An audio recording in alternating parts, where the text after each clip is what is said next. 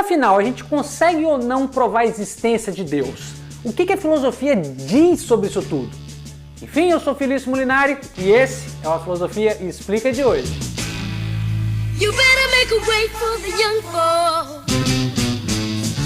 A questão em torno da existência de Deus mexe com a cabeça de muita gente. Acho difícil aqui ter algum inscrito aqui no canal que nunca se pegou pensando sobre esse problema. Não é muito comum ali na adolescência, mas confesso que mexe com a cabeça de muita gente já madura também. E é também um problema clássico na filosofia. Afinal, a gente pode ou não provar a existência de Deus? Deus existe? Deus não existe? Como é que a gente pensa isso? O que a filosofia diz a respeito disso? Bom, como eu disse, essa questão não é nem um pouco inocente, nem um pouco simples, e é uma questão já clássica na filosofia. Desde o Platão, do Aristóteles, sobretudo, até a contemporaneidade, a gente tem vários pensadores que se debruçaram sobre essa questão. E hoje não é diferente. Hoje a gente vai pegar aqui dois pontos de vista, uma seleção, como eu disse, como é longo, são vários argumentos, tanto a favor quanto contra a existência de Deus. A gente separou aqui dois argumentos que eu acho que são clássicos, mais clássicos ainda, são extremamente conhecidos, que é o argumento do primeiro motor, que está presente em Aristóteles, está presente em Tomás de Aquino, e também a refutação dele feita por Kant. Então é isso, a gente vai mostrar qual é o principal argumento que a gente tem em prol da existência de Deus, o principal argumento a favor da existência de Deus e também o seu principal contra-argumento. Mas, antes de eu mostrar essas argumentações, tanto favoráveis quanto contrárias, eu já faço aqui um convite a você. Caso você tenha alguma sugestão de vídeo, você pode deixar aqui nos comentários ou então ir lá no meu Instagram. Se você também tiver alguma dúvida, lá a gente pode conversar melhor, de forma mais direta, de forma mais espontânea. Mas enfim, é isso, chega de papo, bora falar um pouquinho sobre esse tema que é tão bacana, tão interessante, que mexe com a cabeça de tanta gente, que é a existência de Deus. Para vocês terem noção de como esse problema mexe com a cabeça de muita gente, como ele tem um lugar na filosofia essencial, eu já faço aqui até uma indicação de um livro, de um professor meu lá do doutorado, tive o prazer de conhecer, que é o Plínio Junqueira Smith, que tem esse livro aqui chamado 10 Provas da Existência de Deus. Eu vou deixar o link aqui na descrição. Ele também tem um outro livro bem interessante, que é 10 Provas da Inexistência de Deus. E o livro consiste em simplesmente reunir as provas clássicas da história da filosofia pra gente. Ele vai mostrando os trechos dos textos originais. Então ele começa aqui em Aristóteles, passa também por Cícero, pelo Sexto Empírico, por Agostinho, por Santo Anselmo, Tomás de Aquino, Descartes, Malebranche, Berkeley e Hume. Então, basicamente desse livro aqui, eu extraí um argumento que é, talvez para mim, pelo menos, o mais usado e o que mais convence pessoas, que é o argumento do primeiro motor imóvel. Felício, que argumento é esse? Explica ele para mim, pelo amor de Deus. O argumento do primeiro motor imóvel, que é um argumento a favor da existência de Deus, como eu já disse, ele está presente um pouco em Aristóteles, mas mais em uma das vias propostas por Tomás de Aquino. Para quem não sabe, Tomás de Aquino prepara 5 provas para provar que Deus existe, as famosas 5 vias tomísticas para a existência de Deus. E uma delas é essa do primeiro motor, que traduzindo é o seguinte: peguemos aqui a noção de causa e efeito. Todo mundo sabe o que é. Por exemplo, eu falo, da minha boca sai um som que é captado pelo celular e assim sucessivamente. Ou melhor dizendo, eu sou filho do meu pai, que é filho do meu avô, e aí você tem uma relação de causa e efeito, uma relação hereditária antiguíssima. Então a gente puxa essa relação de causa e efeito até o começo dos tempos. Por exemplo, o Felício é filho do pai dele, que é filho do avô dele, a gente puxa, vai até o tataravô, vai até o Homo sapiens, vai até os dinossauros, os primeiros hominídeos, vai até o Big Bang. E aí que surge a primeira grande questão: o que deu origem a isso tudo? Né? Se a gente for pegando uma causa da outra, a gente pode ir sim eternamente. Mas tanto para Aristóteles como para Agostinho, não, para Tomás de Aquino, é necessário um primeiro motor imóvel. Felício, não entendi nada. No começo de tudo, para esses dois pensadores, tanto para Aristóteles quanto para Tomás, é preciso que algo não seja criado e que dê início a todo o movimento da causalidade. Porque se não for assim, se essa primeira causa, que causa tudo, não for uma causa encausada, eu sempre vou poder perguntar o que veio antes disso, o que veio antes disso. Tentando simplificar aqui as coisas, eu posso perguntar as coisas até o Big Bang. Mas eu posso perguntar, o que havia antes do Big Bang? Haviam átomos, mas o que havia antes dos átomos? Areia, mas o que havia antes da areia? Poeira. Então a gente vai ficar aqui sempre tentando achar uma causa, mas para Aristóteles e para Tomás de Aquino é preciso uma causa incausada, ou seja, uma causa que não tenha sido criada por nada, para dar início a todo esse movimento de evolução, todo esse movimento da natureza. E essa causa, obviamente, Aristóteles chama de primeiro motor imóvel. Por que é primeiro motor? Porque ele é a primeira coisa a dar movimento. Por que ele é imóvel? Porque ele não se mexe, ele não tem causa, ele não é causado por nada.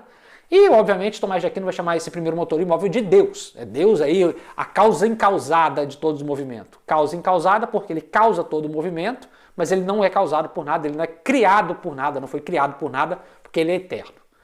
Tá, Felício, entendi. Então resume aí para mim para eu ver se eu saquei. Enfim, uma das provas então que a gente tem ao longo da história da filosofia, que pretende provar a existência de Deus, é essa. Não é a única, já disse, existem várias outras, mas ela é muito convincente. Para vocês terem ideia, pelo menos fazendo aqui não um desabafo, mas uma coisa bem pessoal, eu me peguei pensando nisso quando eu tinha ali por volta dos 14, 15 anos, né, que eu ficava refletindo sobre religião, e esse argumento sempre me pegou pela cabeça, assim, de caramba, se realmente o que causou tudo, qual a origem de tudo? Porque se não houver uma causa incausada, se não foi Deus, eu vou poder sempre ficar me perguntando. E é um argumento até hoje muito utilizado por vários teólogos, por várias pessoas que tentam provar a existência de Deus. Mas há um filósofo, existem várias críticas a esse argumento, mas há um filósofo chamado Immanuel Kant, estou aqui em seu livro Crítica da Razão Pura, sobretudo, se eu não me engano, no último capítulo, deixa eu ver se eu pego aqui, eu acho que está no final, que faz uma crítica bastante pontual a esse argumento. Está lá na divisão segunda da dialética transcendental, né, que ele vai dizer ali dos devaneios da razão, das antinomias da razão. Enfim, o que Kant diz é o seguinte, eu acho aqui interessante prestar atenção, porque muita gente pode não sacar o contra-argumento. Para Kant, realmente a ideia de causa e efeito ela existe na natureza. Todo movimento tem uma causa. O problema é que a gente não pode provar a existência de nada a partir disso. Felício? Ainda não entendi. Explica melhor. Seguinte, a gente pode fazer essa redução e ir voltando até o Big Bang, por exemplo. Mas o que há antes do Big Bang? Bom, a gente não sabe. O que Kant nomeia é que você parar isso daí e falar que há um primeiro motor imóvel, que esse primeiro motor, essa causa incausada, ela existe, você estaria fazendo algo que ele chamou de salto ontológico. O que seria um salto ontológico? Você estaria saindo de uma dedução lógica, você estaria saindo da lógica para provar algo na experiência. E isso para Kant é impossível. Para Kant, um juízo existencial, que ele chama, um juízo sobre a existência das coisas, ele só pode ser feito tendo como base a experiência. Por exemplo, eu só posso provar que essa água está gelada se eu provar, se eu beber, se eu usar da experiência. Eu não posso ficar aqui deduzindo por meio da lógica se essa água está ou não gelada. Então, para tentar explicar um pouquinho melhor, para Kant o grande erro desse tipo de argumento, de alguns semelhantes, como o argumento de Santo Anselmo e de Descartes também, seria usar a lógica para provar a existência de algo. Para Kant, a única coisa que prova a existência é a experiência. A lógica, a dedução por si só, não prova a existência de nada. Pode indicar algo, pode deduzir algo, mas provar não prova. E é isso que ele chama de salto ontológico, um salto da lógica para o ser, por isso que é ontológico. E aí que está a falha. Embora seja um argumento que convença muita gente, estaria aí o seu erro, o seu principal erro. E de fato é muito interessante. A nossa forma de pensar, toda vez que a gente fala em provar algo, a gente deduz a experiência. Quando a gente vira para um amigo, para um colega e fala, prova esse sorvete. A gente não está pedindo para ele fechar os olhos e deduzir a prova desse sorvete. A gente pede para ele experienciar mesmo. Quando a gente fala, prova esse sorvete, prova essa roupa, a gente está falando para vestir, para usar da experiência. E talvez o português nos ajude com isso, a língua portuguesa, como quando associa prova à experiência, saborear de alguma forma. Então, experienciar envolve experiência, provar, assim como se a gente prova um café, um sorvete, envolve experiência. E esse seria o grande erro para Kant. Vale lembrar que Kant, nesse livro, A Crítica da Razão Pura, ele estabelece os princípios do conhecimento possível. Felício, agora eu não entendi nada, traduz. Kant aqui ele tenta formular uma pergunta, responder uma pergunta que é: como que o conhecimento é possível? E aí ele vai tentar ali estabelecer os limites do conhecimento possível.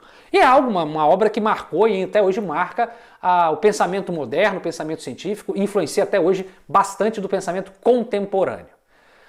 Mas enfim, é óbvio que a resposta de Kant, embora eu ache muito válida, ela é só um dos capítulos. Tem gente que vai questionar a resposta do Kant, tem gente que vai aceitar, e tem gente que vai ir por um terceiro caminho, que é um terceiro caminho que eu acho realmente bastante saudável. Muita gente busca provar a existência de Deus, né, para tentar justificar a crença religiosa de alguma forma. Eu, particularmente, sou adepto da seguinte visão, que é a visão um pouco wittgensteiniana, um pouco de William James, que quem faz isso, quem tenta provar algo, sobretudo os religiosos que tentam provar a existência, se essa prova for por um motivo religioso, está sendo completamente contraproducente. Porque se a base da religião é a fé, e a fé, todo mundo aqui cresceu sabendo que a base da fé é esse acreditar sem ver, então para que você precisa de prova? A partir do momento que você precisa de prova, você está fazendo ciência. Ciência precisa de provas e evidências. Em certo aspecto, até a filosofia precisa de provas, quando ela tenta falar da experiência, falar da vida prática. Agora, a religião não precisa de provas, porque, de fato, isso fere a sua base. Ainda mais quando essa prova diz respeito àquilo que é principal da religião, que é a existência de uma divindade. Então, eu acho que esse é o grande problema. Eu acho que quem defende com unhas e dentes que essa prova de existência de fato é válida, que essa ou qualquer outra prova é válida, eu acho que de fato o que falta ali para essas pessoas que defendem é um pouquinho mais de fé. E é óbvio que essas provas elas são muito interessantes, ou essas tentativas de prova, mas elas são interessantes do ponto de vista filosófico, para ver como que a intelectualidade humana pode elaborar argumentos belíssimos, como é o argumento do primeiro motor, ou como é o argumento ontológico de Santo Anselmo, quem não conhece vale a pena dar uma olhada, vou até deixar o link aqui do livro também sobre isso, mas não para isso. Se você pensa em responder essa questão filosoficamente para justificar sua religião, acho que você está indo por um caminho errado.